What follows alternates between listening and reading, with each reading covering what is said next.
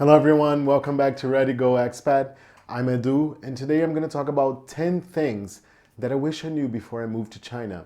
Even though I moved to China in August 2015, I did my research, I checked websites, I checked blogs, YouTube channels, but there were still a few things that I only found out, I only actually realized when I got here to China. So I want to help you and maybe show you a few things that you can maybe prepare before you come and maybe get ready so that when you get here, the culture shock or the impact is going to be a bit less than it was for me, for example. All right? So, ready? Go.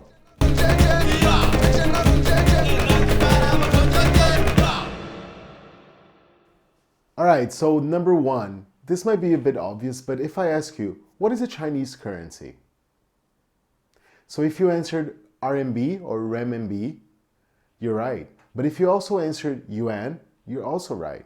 So I was asked this actually in Beijing by a foreigner. It was probably like her first week here, and she looked at the price and the price tag at H&M and said, "Hey, is RMB the same as yuan?" And it might be a bit confusing in the beginning, but yes, they mean the same. They're both the same. What is going to be confusing is that when you get here, nobody actually says RMB or yuan. I mean, I'm talking about specifically like convenience stores or small shops. They will say 10 kwai. Kwai means yuan or RMB. So they'll say in Chinese maybe 10 kwai. This is number 10.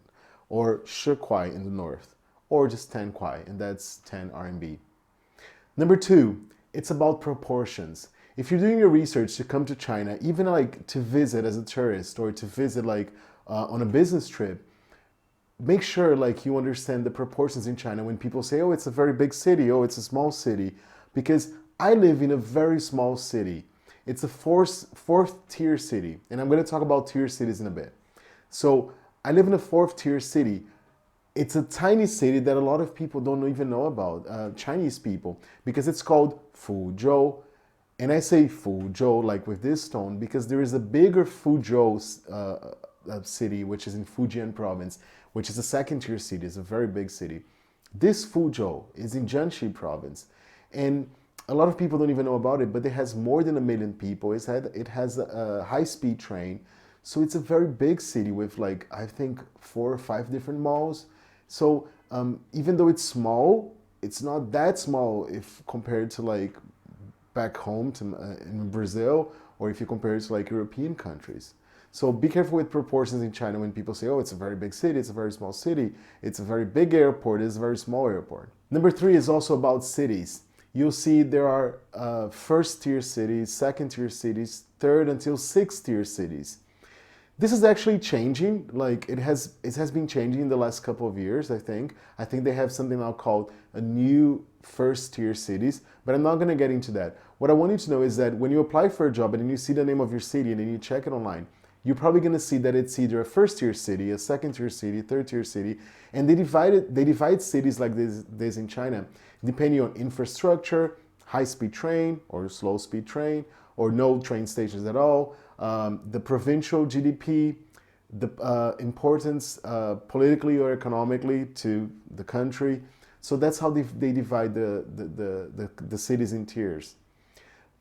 Just so you know, there are only 4 first tier cities, which are Beijing and Shanghai, Shenzhen and Guangzhou.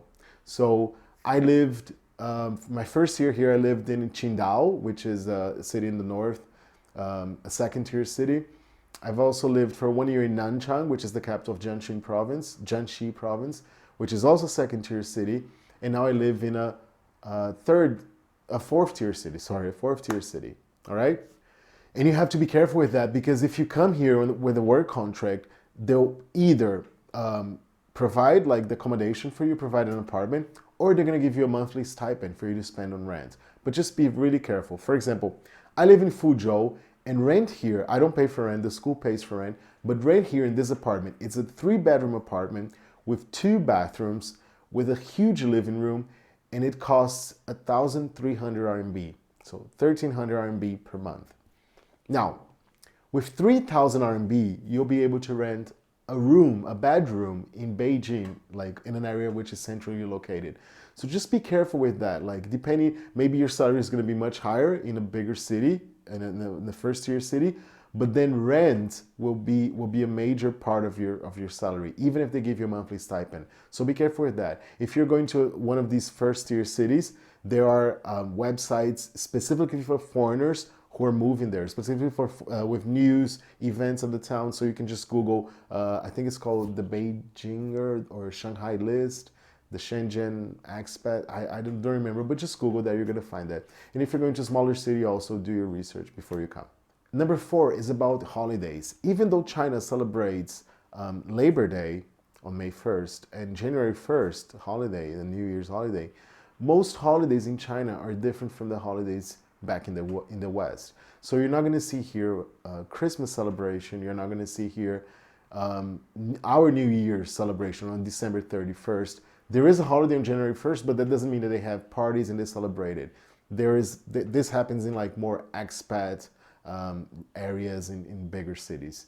But the biggest holiday in China is the Spring Festival, also known as the Chinese New Year or the Lunar New Year. It usually happens, it varies every year because it's in a lunar calendar, but it usually happens either at the end of January or beginning of February. It's the only holiday that actually the whole country stops. And people go from like the bigger cities like that I just mentioned, the first tier cities, back to their villages, their small cities. They're usually in the countryside, these workers who live in the bigger cities. So it's actually called the largest annual human migration in the world. I'm not sure about the number of people that travel each year during the Chinese New Year, but I'm gonna leave it somewhere here. So just so you know, like the number of people that travel, it's insane. So make sure you know that this is their major holiday. And if you come to China and you work here, you might have something from like a week off, maybe 2 weeks off, up to like a month off, depending on which school you work at, or if you work at a university, you're gonna have more holidays, more days off. Or if you work in a training center, maybe you're gonna have some unpaid leave and partially paid leave. I don't know. Just make sure you check on your contract before you come. Number 5 is about food. Well, Chinese food is amazing. You've probably eaten a lot of Chinese food, no matter where you're from. There is a Chinese restaurant. There are hundreds of Chinese restaurants. But just make sure that the food that we eat in the West is not exactly the food that you're going to see in China. It's our Western version of Chinese food. And Chinese food is also delicious, just like it is delicious back in Brazil, back in Europe. Like it's really good. However, I think that Chinese food is a bit too spicy for me. So before you go to a province, also check the province. For example, Sichuan province is well known for having like spicy food, like extremely spicy food.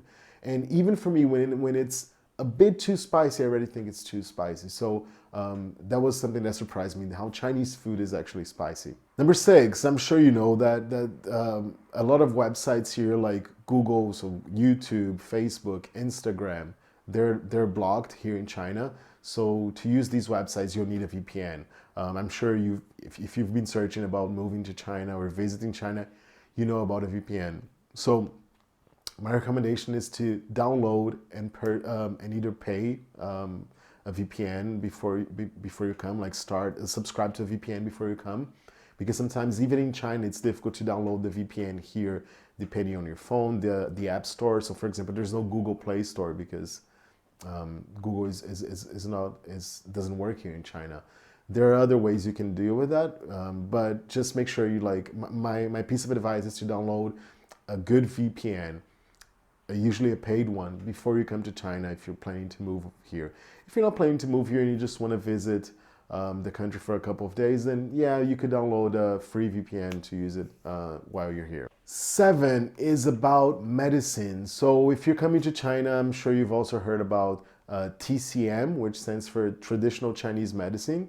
And you might be wondering like, oh, what if I need to go to the hospital? Am I going to a Chinese hospital or am I going to Western medicine hospital? So in I'm not gonna say bigger cities, but like in most cities, let's say even like the small cities like my city here, when I was going to the hospital one day, they asked me, so do you want like traditional Chinese medicine or you want to get treated like Western medicine?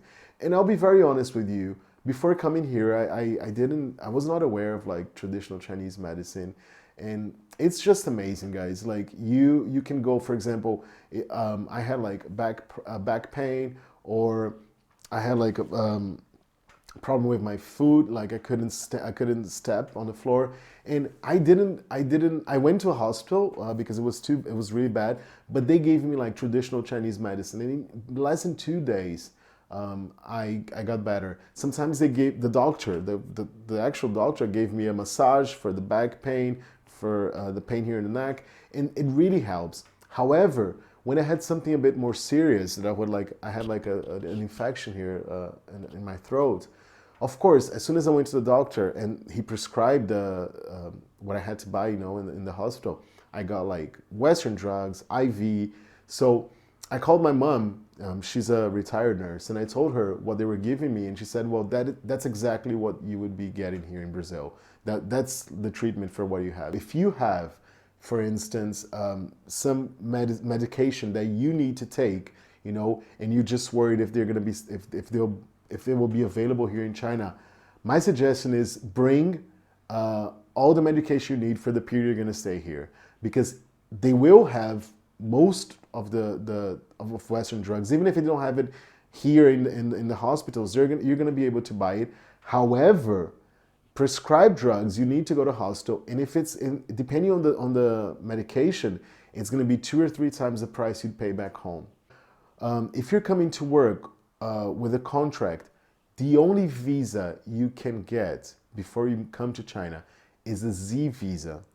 So if your school offers you, oh, come here on a tourist visa and then we're going to change your visa, or come on a business visa and then we're going to change it, don't do this, because first of all, it's not right. I mean, if you're on a contract, the only visa that, if you're on like a long-term contract, at least like a 1-year contract, the only visa is a Z visa, okay? It's a Chinese Z visa. And once you get here, you have a couple of days, I think 30 days, if I'm not mistaken, to apply change it to a residence permit, okay? And of course, your employer is gonna help you do that. 9, even though grocery shopping here is not that expensive, so vegetables, fruit, pasta, pork, chicken, that's not that expensive. It's actually quite affordable here in China. However, some Western products are super expensive.